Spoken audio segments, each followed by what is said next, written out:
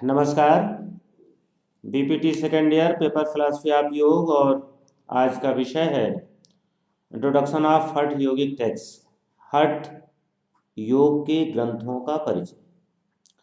आज हम लोग प्रमुख रूप से हठ योग के जो ग्रंथ हैं उनसे इंट्रोड्यूस होंगे और उनके बेसिक कॉन्सेप्ट्स को जानेंगे।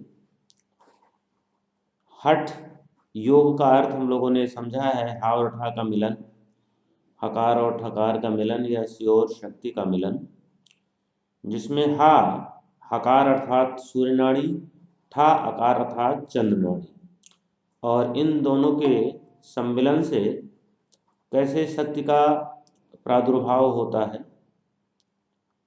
अब इस उद्देश्य को लेकर के अलग अलग ग्रंथों में किस तरह से विचार किया गया है, उनकी विषय वस्तु क्या है और मुख्य रूप से उनमें योग के किन किन अंगों का किस रूप में प्रतिपादन किया गया है, इसे हम देखेंगे। आप लोग समय से जुड़ जाया करो, नहीं इसके बाद फिर हम अलाउ नहीं किया करेंगे, उससे बड़ी दिक्कत होती है। बार बार जो है अंदर आओ बाहर जाओ यही लगा रहता है। तो आइए सबसे पहला ग्रंथ देखते हैं। आपके सिलेबस के अनुसार जो पहला ग्रंथ है जिससे हम आप इंट्रोड्यूस हो रहे हैं आज, घरंड संहिता। आपके सिलेबस में जो हठ योग के ग्रंथ दिए गए हैं उन्हीं को इसमें हम इंट्रोड्यूस कर रहे हैं। तो हठ योग को समझने के लिए पहला ग्रंथ है घरंड संहिता। घरंड संहिता में कुल 7 अध्याय हैं। घरंड संहिता ग्रंथ महर्षि घरंड और राजा चंड कपाल इन दोनों के बीच के संवाद के रूप में है। जिज्ञासु भाव से, शिष्य भाव से राजा चंड कपाल महर्षि घरंड के पास जाते हैं और उनसे योग को जानने की जिज्ञासा करते हैं। कौन से योग? घटस्थ योग। घटस्थ योग जानने की जिज्ञासा करते हैं तो उनकी जिज्ञासा के रूप में महर्षि घरंड उनको उसके उत्तर देते हैं। उसी के रूप में यह ग्रंथ प्रादुर्भावित है, लिखा गया है। इसमें तत्व ज्ञान को जानने का जो कारण है उसे घटस्थ योग बताया गया है। तत्व ज्ञान क्या होता है? 2 मिनट आप लोग तत्व ज्ञान समझ ले तो योग का पूरा कॉन्सेप्ट समझ में आ जाएगा। तत्व ज्ञान या जिसे मेटाफिजिक्स कहते हैं, यह फिलॉसफी के अंतर्गत इसका अध्ययन किया जाता है और इसका मतलब ये होता है, तात्पर्य यह होता है कि हम यह जानने का प्रयास करते हैं कि यह सृष्टि कितने तत्वों से मिलकर बनी हुई है। तो इस सृष्टि के मूल कंपोनेंट को जानने का प्रयास करते हैं, इसका मूल तत्व क्या है, जिससे सृष्टि में जो कुछ भी हो रहा है उसका उत्पादन कहाँ से हुआ है।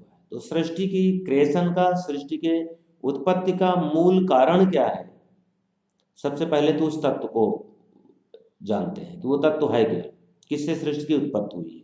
फिर उसको अनुभव के लेवल पे जानने की प्रक्रिया। तो ये 2 बातें की जाती हैं। तो तत्व ज्ञान का मतलब होता है उसी तत्व का नॉलेज, उसी तत्व का ज्ञान। जैसे आप मान लीजिए बीपीटी पढ़ाई कर रहे हैं तो बीपीटी का ऑल ओवर जो सिलेबस है उसको आप पढ़ लेंगे, पढ़ करके उसका एग्जाम दे देंगे, पास हो जाएंगे, बस आपका क्या हुआ? BPT you has been completed. आपका एक कोर्स पूरा हो गया। आप क्या हो गए? आपको उसकी डिग्री मिल गई, प्रमाण मिल गया कि आपने कोर्स किया है। तो ये क्या हुआ? आपने कोर्स पूरा किया, उसका पूरा ज्ञान प्राप्त किया। तो उसी प्रकार तत्व ज्ञान क्या होता है? पहले तो ये पता करिए तत्व क्या है और फिर उसका ज्ञान। तो यहाँ पर तत्व ज्ञान का जो कारण है, सारी फिलॉसफी में या सारे स्कूल्स में यही होगा। योग के जितने भी संप्रदाय हैं वो सब तत्व को ज्ञान के ही लिए प्रोसेस करते हैं। तत्व ज्ञान का तरीका अलग अलग होता है, तत्व ज्ञान भी अलग अलग होते हैं, जैसे अलग अलग कोर्स के अलग अलग सिलेबस होते हैं। लेकिन ये सभी इस बात में सभी लोग एकमत हैं कि तत्व ज्ञान ही योग है और तत्व ज्ञान हो जाने से ही समस्या का निराकरण होगा। समस्या क्या है? दुख। जो संसार के तमाम प्रकार के दुख हैं, जिनको हमें लगता है कि हम इनसे दूर कर लेंगे, उनसे दूर कर लेंगे, उनसे दूर कर लेंगे, ये हम आपके सांसारिक जीवन में, सामान्य व्यक्ति के जीवन में वही तो चलता है कि लगता है जो हमारा कष्ट है वो पढ़ाई कर ले तो दूर हो जाए, नौकरी कर ले तो दूर हो जाए, शादी हो जाए तो दूर हो जाए, मकान बन जाए तो दूर हो जाएगा, मकान भी बन गया, फिर हुआ नहीं ये हो जाए तो हो जाए। तो जो आप एनालिसिस करते हैं कि ये हो जाए तो हमारा दुख दूर हो जाएगा, समस्या हल हो जाएगी, वो तो प्राप्त हो जाता है, लेकिन समस्या हल नहीं होती, दुख नहीं दूर होता है। अगर ऐसा होता तो जिस व्यक्ति की सारी आवश्यकताएं हो गई उसका दुख दूर हो जाता। आवश्यक और वो उसको बाद उसके उसके टारगेट बदलते रहते हैं। क्यों नहीं होता है? क्योंकि इससे नहीं हो सकता है। दुख दूर करने का उपाय क्या है? तत्व ज्ञान। यही एनालिसिस करके ऋषियों ने फाइंडिंग निकाली है कि दुख तब तक नहीं दूर होगा जब तक तत्व का ज्ञान नहीं होगा। तत्व में ही आप इस पूरी सृष्टि का कारण समझते हैं। तो हमें जो कष्ट हो रहा है वो सृष्टि में हो रहा है, सृष्टि के ढेर सारे कंपोनेंट से हो रहा है, ढेर सारे जो उसके अंग उपांग हैं उनसे हो रहा है। तो अगर हमें उसकी मूलता का पता चल जाए तो समस्या का स्थायी निराकरण हो जाएगा। इसी उद्देश्य से तत्व ज्ञान जानना चाहते हैं सभी लोग। तो यहाँ पर कोई विचार नहीं है, मतलब कोई विचाराभेद नहीं है, कोई भेद नहीं है, कोई विवाद नहीं है कि तत्व ज्ञान होने से समस्या का निराकरण, स्थायी निराकरण नहीं होगा। इस बात में कोई वो नहीं, सभी समझ इस बात को एक्सेप्ट करते हैं, सारे भी ग्रंथ, सारे भी संप्रदाय योग के या दर्शन के, कि तत्व ज्ञान अगर हो जाएगा तो दुख का स्थायी निराकरण हो जाएगा। तो यहाँ उसी तत्व ज्ञान की इच्छा से राजा चंड कपाल महर्षि हिरण्य के पास आते हैं और कहते हैं कि जो तत्व ज्ञान का मूल कारण है जिससे तत्व ज्ञान प्राप्त हो सकता है, उस घटस्थ योग का मुझे उपदेश दीजिए। तो घटस्थ योग का उन्होंने उपदेश दिया। घटस्थ योग क्या है? ये कारण है किसका? तत्व ज्ञान का, तत्व ज्ञान होने का कारण है। तो उस घटस्थ योग का उपदेश यहाँ पर दिया गया है। और इसमें महर्षि हिरण्य ने 7 प्रकार के साधन बताए हैं और उन 7 प्रकार के साधनों की प्राप्ति का उपाय 7 अंग बताया है। वो कौन कौन से हैं? तो शोधन, दृढ़ता, देखते जाइए स्लाइड पे। नंबर 1 पे शोधन, नंबर 2 पे दृढ़ता, नंबर 3 पे स्थिरता, नंबर 4 पे धीरता, नंबर 5 पे लाघव, नंबर 6 पे प्रत्यक्ष, नंबर 7 पे निर्लिप्त। ये साधन है, इन्हें सप्त साधन कहा जाता है। इन साधनों के द्वारा तत्व ज्ञान की प्राप्ति हो सकती है। इसे ही घटस्थ योग भी कहते हैं, इसी को सप्तांग योग भी कहते हैं। सप्तांग इसलिए कहते हैं कि इसमें 7 अंग। घटस्थ इसलिए कहते हैं कि इसका आधार घट है, घट माने शरीर। षटकर्म करेंगे तो क्या होगा? शोधन होगा, दृढ़ता, आसन। तो षटकर्म से शोधन, आसन से दृढ़ता, मुद्रा से स्थिरता, प्रत्याहार से धीरता, प्राणायाम से लाघव, ध्यान से प्रत्यक्ष और समाधि से निर्लिप्त। ये जो 7 नीचे अभ्यास दिए गए हैं, षटकर्म, आसन, मुद्रा, प्रत्याहार, प्राणायाम, ध्यान और समाधि, इन्हीं से ये सप्त साधन की प्राप्ति होती है। और यही सप्त साधन ज्ञान, तत्व ज्ञान के कारण। इसका सूत्र है षटकर्मणा शोधनम चा आसनेन भवेत् दृढ़ं मुद्रया स्थिता चैव प्रत्याहारेण धीरता प्राणायामा लाघवं च ध्यानात् प्रत्यक्षात्मना समाधिना निर्लिप्तम मुक्तश्चैव न संशय।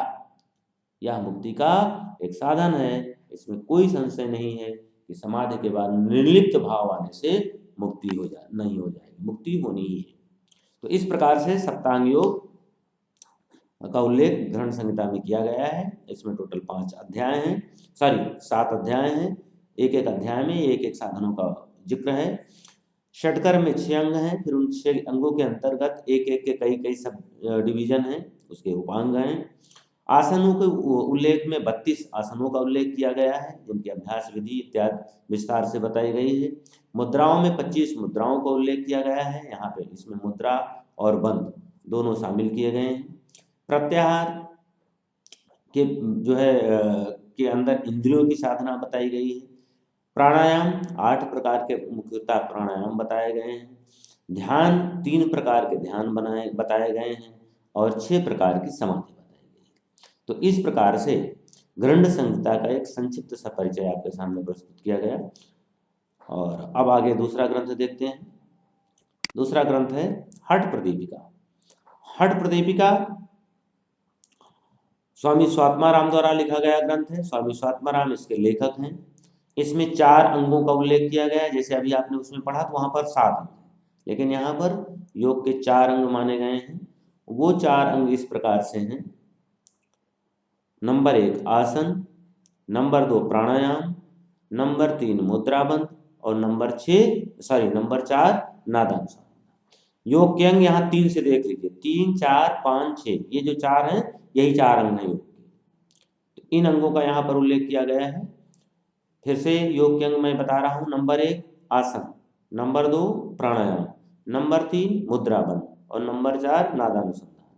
ये इन 4 अभ्यासों को योग के 4 अंगों के रूप में जाना जाता है। इसे चतुरांग योग भी कहते हैं। चतुरांग योग मीन्स 4 अंगों वाला योग। तो ये 4 अंगों वाला योग कहाँ पर है? हठ प्रदीपिका या हठ योग प्रदीपिका। इस ग्रंथ को दोनों नामों से जाना जाता है, हठ योग प्रदीपिका या हठ प्रदीपिका, और इसके लेखक स्वामी स्वात्माराम। यहाँ पर आसनों की कितनी संख्या है? तो पहला अंग जो आसन है, योग का पहला अंग आसन, उसके अंतर्गत 15 आसनों का उल्लेख किया गया है। यहाँ पर 15 आसनों की विधि इत्यादि का उल्लेख है। ये फर्स्ट चैप्टर में है। और इसके साथ साथ फर्स्ट चैप्टर में हठ योग के योगी, साधक तत्व, बाधक तत्व जो आप सब पढ़ चुके हैं, उनका भी इसी फर्स्ट अध्याय में उल्लेख है। और फर्स्ट अध्याय में योग के अंग का भी उल्लेख है। फर्स्ट अध्याय में यम और नियम का भी उल्लेख है। यम नियम की 10-10 संख्या बताई गई, लेकिन वो एक सेपरेट अंग के रूप में नहीं है। जिस प्रकार से अष्टांग योग में आप 8 अंग पढ़ते हैं, तो उस प्रकार से 8 अंगों के अलग अलग सेपरेट अंग के रूप में यहाँ पर यम नियम को नहीं शामिल किया गया है, लेकिन इन सब का उल्लेख है। इसके बाद प्राणायाम 8 प्रकार के प्राणायाम बताए गए हैं। मुद्राबंध का उल्लेख यहाँ पर किया गया है। 10 मुद्राओं का उल्लेख है, बंध मुद्रा के अंदर ही शामिल है। नादानुसंधान को यहाँ समाधि कहा गया है। ये चौथा और अंतिम अंग है योग का। और यहाँ पर 4 प्रकार की समाधि का उल्लेख किया गया है। आरंभावस्था, घटावस्था, परिचयावस्था और निष्पत्ति अवस्था, ये जो है योग की अवस्थाएं हैं। इसके बाद षटकर्म का भी इसमें जिक्र है दूसरे अध्याय में, लेकिन षटकर्म को एक सेपरेट अंग के रूप में उल्लेखित नहीं किया गया है। इस ग्रंथ का ये भी कहना है कि षटकर्म का अभ्यास केवल उनको करना चाहिए जिनके त्रिदोष सम नहीं। अगर तीनों दोष संतुलित हैं, सम हैं, तो ऐसे व्यक्ति को षटकर्म करने की कोई आवश्यकता नहीं। जबकि घरंड संहिता में, जहाँ पर आपने पहले भी देखा, वहाँ पर षटकर्म को एक स्वतंत्र अंग के रूप में माना गया है। और उसका पहला शुरुआत वहीं से होती है, षटकर्मणा शोधनम। तो षटकर्म वहाँ पर एक स्वतंत्र अंग के रूप में है। षटकर्म ये अंग के रूप में है और इसका लाभ शोधन बताया गया है। जबकि वहाँ पर इसको षटकर्म को स्वतंत्र अंग के रूप में नहीं माना गया है। हठ प्रदीपिका में षटकर्म को स्वतंत्र अंग के रूप में नहीं माना गया है। और यह इनका ये कहना है कि यह षटकर्म केवल उनको लिए आवश्यक है जिन लोगों में त्रिदोषों में संतुलन नहीं है, तीनों दोष बराबर नहीं है। तो ऐसे लोगों को दोषों के संतुलन के लिए षटकर्म की आवश्यकता है। तो ये आपका दूसरा ग्रंथ हुआ, हठ प्रदीपिका। अगला ग्रंथ देखते हैं, हठ रत्नावली। हठ रत्नावली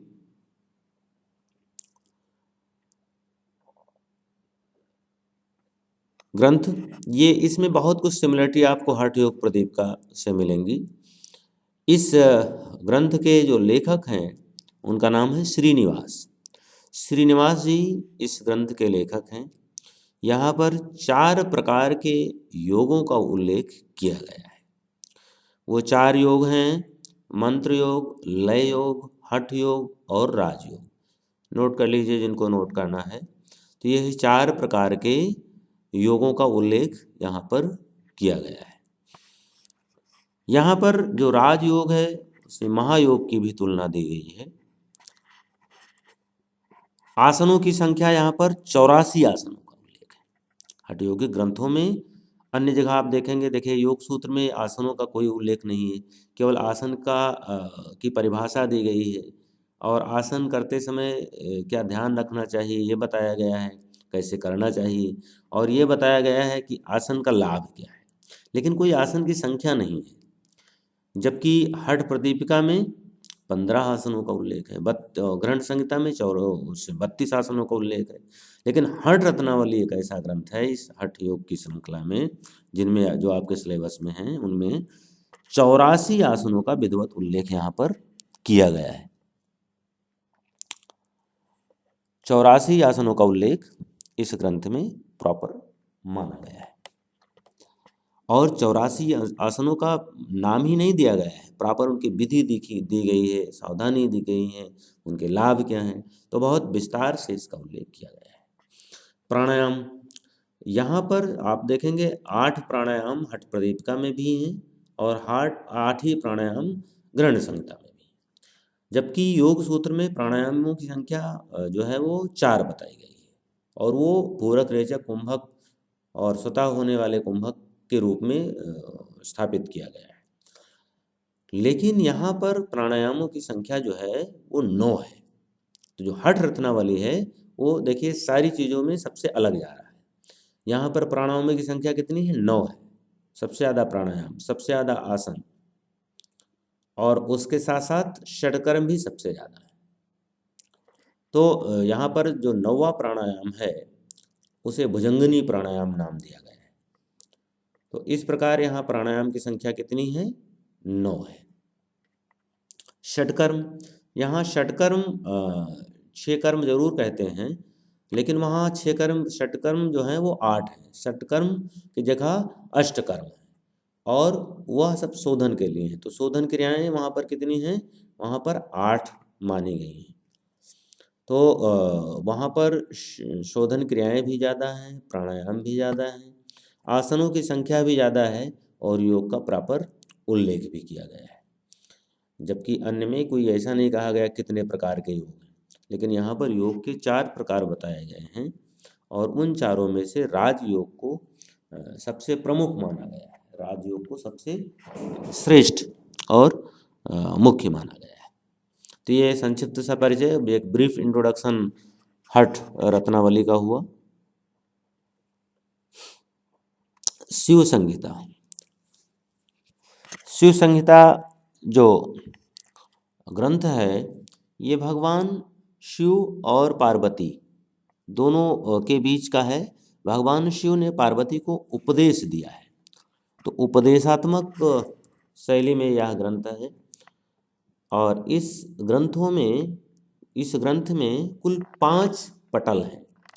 पटल का मतलब क्या है? यहाँ पर चैप्टर, अध्याय। तो यहाँ अध्याय को पटल कहा गया। जैसे योग सूत्र में आप देखते हैं तो वहाँ पटल, वहाँ चैप्टर या अध्याय को क्या कहा गया है? पाद। तो ठीक उसी प्रकार यहाँ अध्याय जो है वो अध्याय को पटल रूप में कहा गया है। तो टोटल 5 पटलों से युक्त यह ग्रंथ है। इस ग्रंथ में सबसे बड़ी बात जो टोटल सूत्रों की संख्या है, पद्यों की, वो 647 पद हैं। प्रथम पटल का नाम है लय योग। यहाँ पर लय योग प्रकरण है, लय योग का व्यापक उल्लेख किया गया है, और इसमें 104 पद हैं। दूसरा जो पटल है इसका नाम है तत्व ज्ञानोपदेश। तो यहाँ पर तत्व ज्ञान का उपदेश दिया गया है। यहाँ पर 57 तो 57 पद हैं। तीसरा जो पटल या तीसरा जो अध्याय है इसका नाम है योग अनुष्ठान, योग प्रकरण। योग का इसमें पूरा व्यापक उल्लेख किया गया है, और इसमें संख्या कितनी है? 118 पदों की संख्या है। इसमें 118 पद उल्लेखित किए गए हैं। चतुर्थ पटल जो है वो मुद्रा प्रकरण है। तो जो चतुर्थ पटल या अध्याय है यहाँ पर मुद्राओं का व्यापक विश्लेषण किया गया है, उनकी व्यापक चर्चा की गई है, और इस प्रकरण में टोटल 111 पद हैं। तो 111 पद से युक्त ये आपका चतुर्थ पटल है।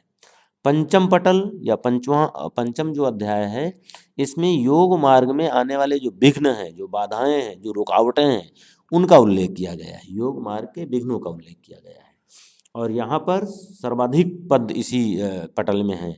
267 267 तो 267 इसमें पद हैं। तो टोटल पांचों पटलों में 647 पद हैं।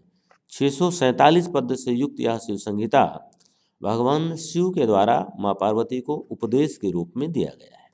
अब आइए देखते हैं एक एक पटल को, इसके अंदर किस तरह का विवेचन है। प्रथम पटल,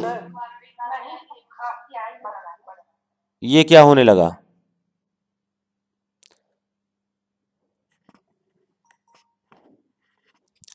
प्रथम पटल के में लय योग का विवेचन पूरा है।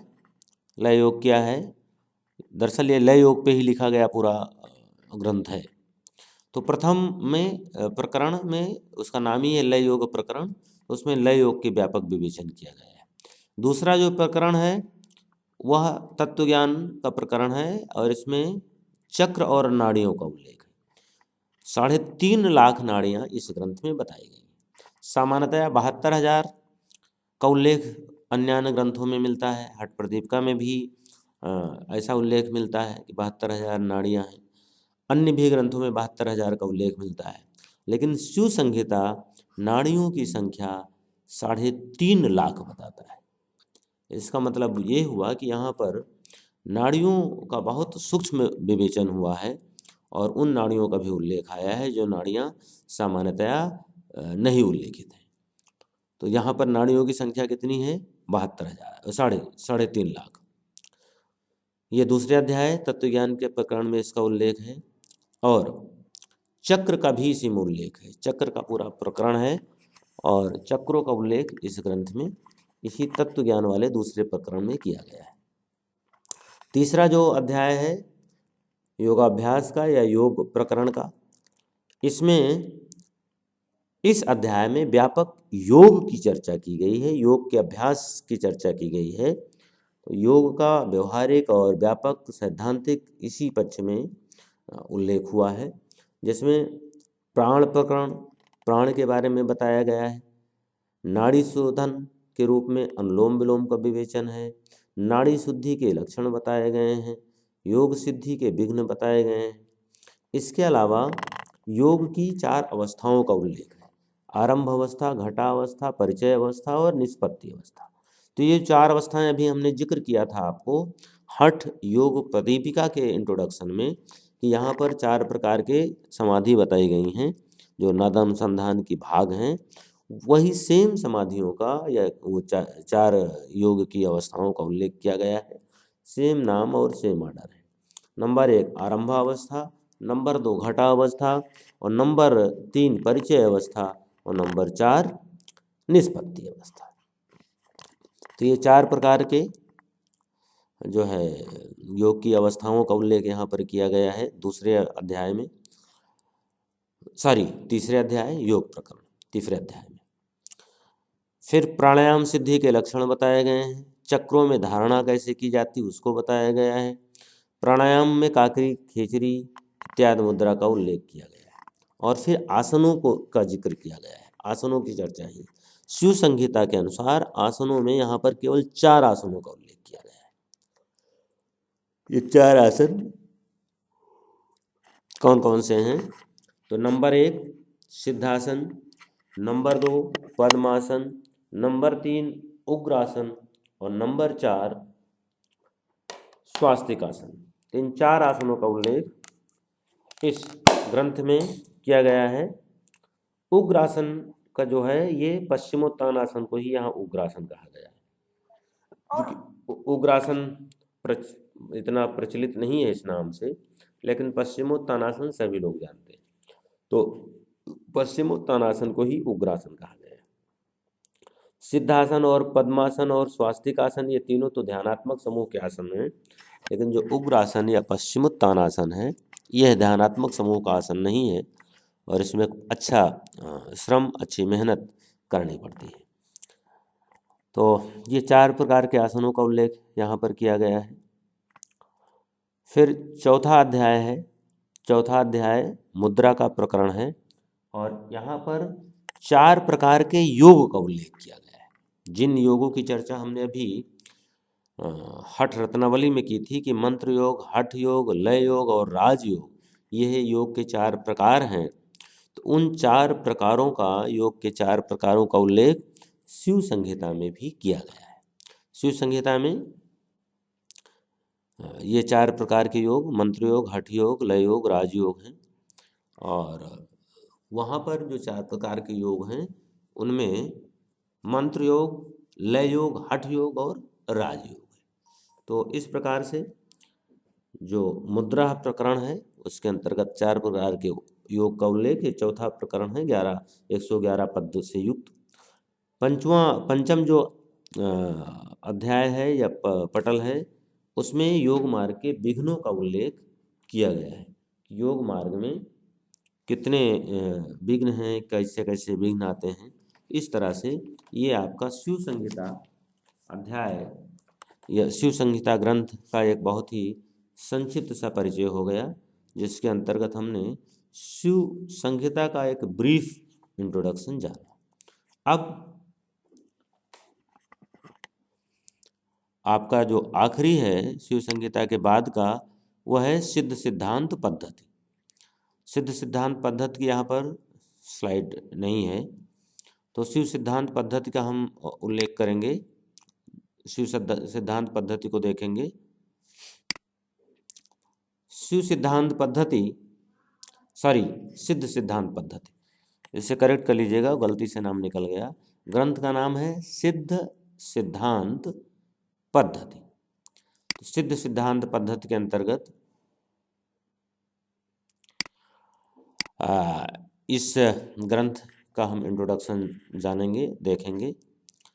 सिद्ध सिद्धांत पद्धति में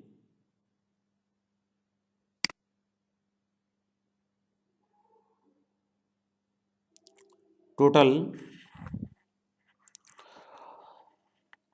ये भगवान गोरक्षनाथ के द्वारा जो है वो लिखा गया ग्रंथ है। गोरक्षनाथ ने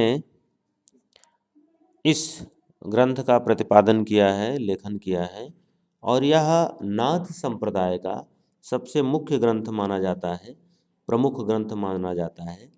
इस ग्रंथ की जो मुख्यतः विषय वस्तु है, वह विषय वस्तु है पिंड। पिंड के रूप में यहाँ पर पिंड की चर्चा की गई है, और पिंड को कई रूपों में माना गया है। यह समस्त जगत पिंड से ही उत्पन्न हुआ है और पिंड के रूप में ही है। यहाँ सब कुछ पिंड के रूप में परिभाषित किया गया है। इसमें कुल 6 अध्याय हैं। प्रथम अध्याय में पिंड की उत्पत्ति कैसे हुई है इसका उल्लेख किया गया है। उसी के साथ साथ नाड़ियाँ कितनी हैं, वायु कितने हैं, तो 10 नाड़ियाँ और 10 वायु का जिक्र मुख्य रूप से किया गया है। इन नाड़ियों के 10 द्वार की चर्चा मुख्य रूप से की गई है। दूसरा अध्याय जो है उसमें 9 चक्र, षोडश आधार इत्यादि का उल्लेख किया गया है। ये जो दूसरा अध्याय है योग के दृष्टि से बहुत ही महत्वपूर्ण अध्याय है। क्योंकि इस दूसरे अध्याय में अष्टांग योग का उल्लेख है। जो योग के 8 अंग जो है वो महर्षि पतंजलि ने बताए हैं, उन्हीं 8 अंगों का उल्लेख यहाँ पर भी है, लेकिन उनके डिफिनेशंस में काफ़ी अंतर है। तो इसके अंदर जब हम पढ़ेंगे तो उनके डिफिनेशंस को हम देखेंगे कि जब वहाँ आसन की परिभाषा है, जो वहाँ यम की परिभाषा है, या जो वहाँ अन्य इन अंगों की डिफिनेशंस हैं, और यहाँ जो डिफिनेशंस हैं, दोनों में काफ़ी अंतर है। लेकिन अंगों के नाम वही हैं: यम, नियम, आसन, प्राणायाम, प्रत्याहार, धारणा, ध्यान और समाधि। तो इस प्रकार से 8 अंगों का उल्लेख इस सिद्ध सिद्धांत पद्धति में दूसरे अध्याय के अंतर्गत अष्टांग योग के रूप में किया गया है। तीसरा अध्याय में पिंड ज्ञानी के रूप में चर्चा की गई, तो इसमें पिंड का समग्र ज्ञान देने की चर्चा की गई, उसके ज्ञान का उल्लेख किया गया है। चतुर्थ अध्याय पिंड के आधारों से संबंधित है, और पंचम अध्याय जो है वो पिंडपद समसरता के रूप में है, परमपद के रूप में है, और इसमें योग की वेशभूषा का भी उल्लेख किया गया है कि योगी की किस प्रकार की वेशभूषा होनी चाहिए, और सिद्धियों का, योग मार्ग का वैशिष्ट इत्यादि का भी उल्लेख है। परम पद प्राप्ति के साधन, कुछ साधनों का उल्लेख है जिसमें सहज, संयम, सोपाय, अद्वैत, इनका भी उल्लेख है। जो षष्ठम अध्याय है,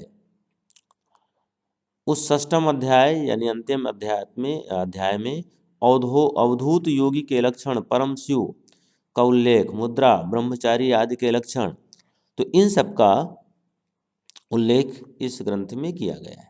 तो इस प्रकार से आज हमने ये हठ योगिक ग्रंथों के अंतर्गत इन ग्रंथों का हमने परिचय देखा, और जिसमें मुख्य रूप से